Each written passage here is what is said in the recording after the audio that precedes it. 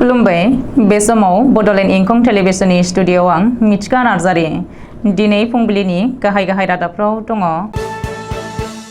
200 कौटिनि हाबा जाहैनानै सा 14 बलिउड सेलिब्रिटिया ईडीनि नोजोराव। सनापुराव लामा जाब्रबथाय सासे जोखोम।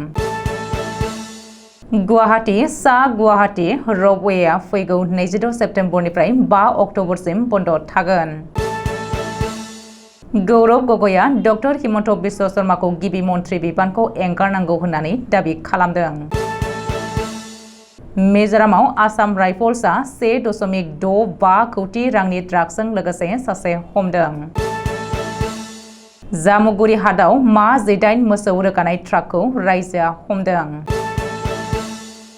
PMAYG न'नि बिथा लेभेलनि लिंथार रडखौ थब्रैनि जायगायाव थसेल' होनानै लुनायनि अजद सिखांदों 25 नं बागानफारा बियाबनि जफादं PHDCआव। दानिया फैदोनि आबुं रादाबाव।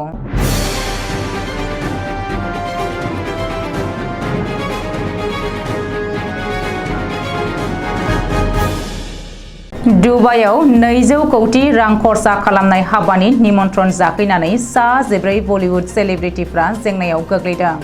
छत्तीसगढ़नि थागिबि सौरभ चन्द्रकार मुंनि सासे लाइमोना थांनाय 2023 मायथाइनि फेब्रुआरि दानाव दुबाइआव गावनि जुलिखौ खुंहैदोंमोन। बेवहायनो बलिउडनि गासै सा 14 सेलिब्रिटिया निमन्त्रण जाहैदोंमोन। मानोना सौरभ चन्द्रकारा गावनि हाबायाव 200 कौटि रां खरसा खालामदोंमोन आरो महाराष्ट्रनि नागपुरनिफ्राय गंसे प्राइभेट बिरखंखौ बलिउड सेलिब्रिटिफोरनि थाखाय बुक खालामदोंमोन।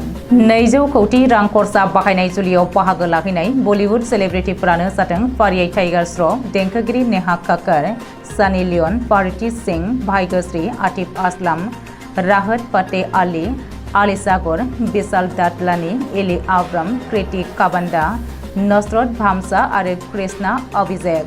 गुबैयै सौरभ चन्द्रकारा गाव बलिउडनि जेबो नङा। अब्लाबो बलिउड सेलिब्रिटिफोरनि थाखाय सौरभ चन्द्रकारा 40 कौटि रां खरसा खालामदोंमोन होननानै मिथिहोदों। दुबाइआव महादेव अनलाइन बुक मुंनि मोनसे एप खुलिनानै रां खामायनाय सासे धोनकुरि बिरसो। इनफर्समेन्ट डाइरेक्टर एबा ईडीआ सौरभ चन्द्रकार आरो बिनि लोगो रबि उटफलनि सायाव 5000 कौटि मानि लन्डारिंनि केस जाबसिननानै केसखौ नायबिजिरगासिनो दङ। मानो होनोब्ला दुबाइआव महादेव अनलाइन एपनि जोहै गोबांनि रांखौ जाख्ल'दों बिसोरो। ईडीआ दासिमाव मुम्बाइ, भ'पाल आरो कलकातायाव सौरभ चन्द्रकारनि गासै 417 कौटि रां बेसेननि प्रपार्टि जब्द खालामबाय होननानै मिथिहोदों। गुवाहाटी मेट्रपलिटाननि सनापुराव गोख्रों लामा जाब्रबथाय। गंसे अभारल'डिं डाम्पार ट्राकनि टायारा बेफ्रुनानै ड्राइभारा कन्ट्रल खालामनो हास्लाबैयाव साखाथिजों थांबाय थानाय साखा खबब्रै लाक्जारि गारियाव गाज्रियै सौग्रावहैदों। जाहोनाव लाक्जारि गारिखौ सालायग्रा ड्राइभार एबा सुबुङा गाज्रियै जोखोम जादों। सनिबारखालि सानजौफु समाव जानाय बे जाथायखौ नुनाय जायगानि सुबुंफ्रा जोखोम जानाय सुबुंखौ देहा फाहामथायनि थाखाय खाथिनिनो हस्पिटालाव एडमिट खालामहैदों होननानै मिथिहोदों सनापुरनि ट्राफिक पुलिसआ। गुवाहाटी मिउनिसिपाल डेभेलपमेन्ट अथ'रिटिजों सामलायजानाय गुवाहाटी पानबाजार काछारी खाथिनिफ्राय सा गुवाहाटीनि राजा दुवारसिम थांनाय रपवेआ फैगौ 26 सेप्तेम्बरनिफ्राय 5 अक्ट'बरसिम बन्द थागोन। बोसोरारि फाहामथाय एबा मक ड्रिलनि थाखाय बन्द थागोन होननानै GMDA खौरांगिरिनि सिगाङाव मिथिहोदों। अदेबानि फैगौ 6 अक्ट'बर 2023 निफ्राय आगोलनि बायदिनो सोलिफिनगोन होननानै फोरमायथिदों। मख'नो गोनांदि थांनाय 2020 मायथाइयाव जागायजेननाय बे रपवेआ बुरलुंबुथुर दैमा साजों गासै 2 किल'मिटार गोलाव आरो मोननै लाइन एबा थांनायनि आलादा आरो फैनायनि आलादा थार गोनां रपवे। आथिखालाव भारतनि बयनिख्रुइबो लावसिन रपवेआ बेनो होननानै फोरमायथिदों। बे रपवेजों थांनाय एबा फैनायाव बुरलुंबुथुर दैमाखौ बारनो थाखाय 7 मिनिटल' सम नांगौ जायो। कंग्रेस MP गौरव गगैआ शुक्रबारखालि खौरांगिरिनि मेल खुंनानै दाबि खालामदों दि आथिखालाव आसामनि गिबि मन्त्रि डक्टर हिमन्त बिश्व शर्माया गावनि बिबानखौ नागारनांगौ। मानो होनोब्ला बिनि बिसिया प्रधान मन्त्रि किसान सिंचाई योजनानि जोहै 10 कौटि रांनि साबसिडि लानो नागिरदों।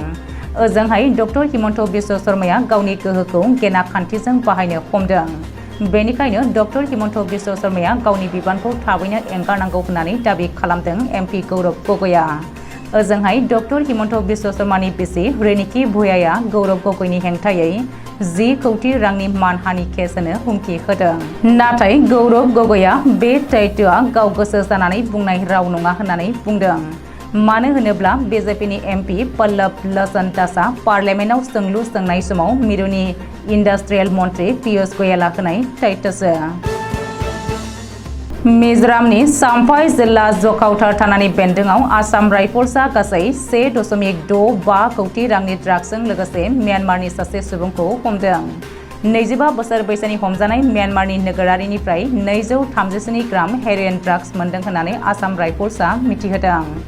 आथिखालाव आसाम राइफल्सआ म्यानमारनि हमजानाय सुबुंखौ हमनानै मोननाय ड्राग्सजों लोगोसे जखावथार पुलिस थानायाव गथायबाय होननानै मिथिहोदों।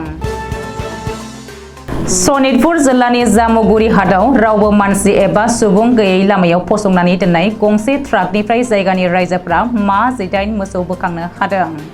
लामायाव पुलिसखौ गिनानै ट्राकखौ स्मागलारफोरा फसंनानै दोनदोंमोन जानांगौ होननानै जायगानि सुबुंफ्रा सन्देह खालामदों। बे खौरांखौ मोननानै पुलिसआ ट्राकजों लोगोसे मा 8 मोसौफोरखौ जब्द खालामदों।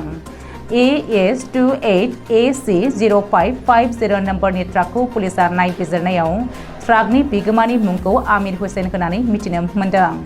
आथिखालाव पुलिसआ केस रेजिस्टार खालामनानै केसखौ नायबिजिरनो लाबाय होननानै फोरमायथिदों। बाक्सा जिल्लानि 25 नं बागानपारा बियाबनि जफादं PhDनि सिङाव थानाय आमिनगाव गामिनि रहिला ब्रह्मआ सरकारनिफ्राय मोननाय PMAYG न'नि बिथा लेबेलखौ थब्रै रडनि सोलाय थसेल' रडजों लुनायनि अजद सिखांदों मासिगिरि मन्टु गयारिनि हेंथायै। न' मोनगिरि रहिला ब्रह्मआ फोरमायथिनाय बायदिब्ला जफादं PhDनि मासिगिरि मन्टु गयारिया बे न'खौ लुनानै होनो लादोंमोन। बिथाङा फोरमायथिनाय बायदिब्ला गुबुन गुबुन सोरखारि न' मोननायफोरनिखौ बिथा लेबेलनि लिंथा रडखौ थब्रै होनानै लुनायखौ नुनो मोन्दों रहिला ब्रह्मआ। नाथाय रहिला ब्रह्मआ गावनि न'खौ बिथा लेबेलनि रडखौ थसेल' होनानै लुनायखौ दुखु मोननाय फोरमायदों। बेनिखायनो बिथाङा मासिगिरि मन्टु गयारिखौ सरकारा एस्टिमेटआव थानाय बायदि लुना होनांगौ होननानै दाबि दैखांदों।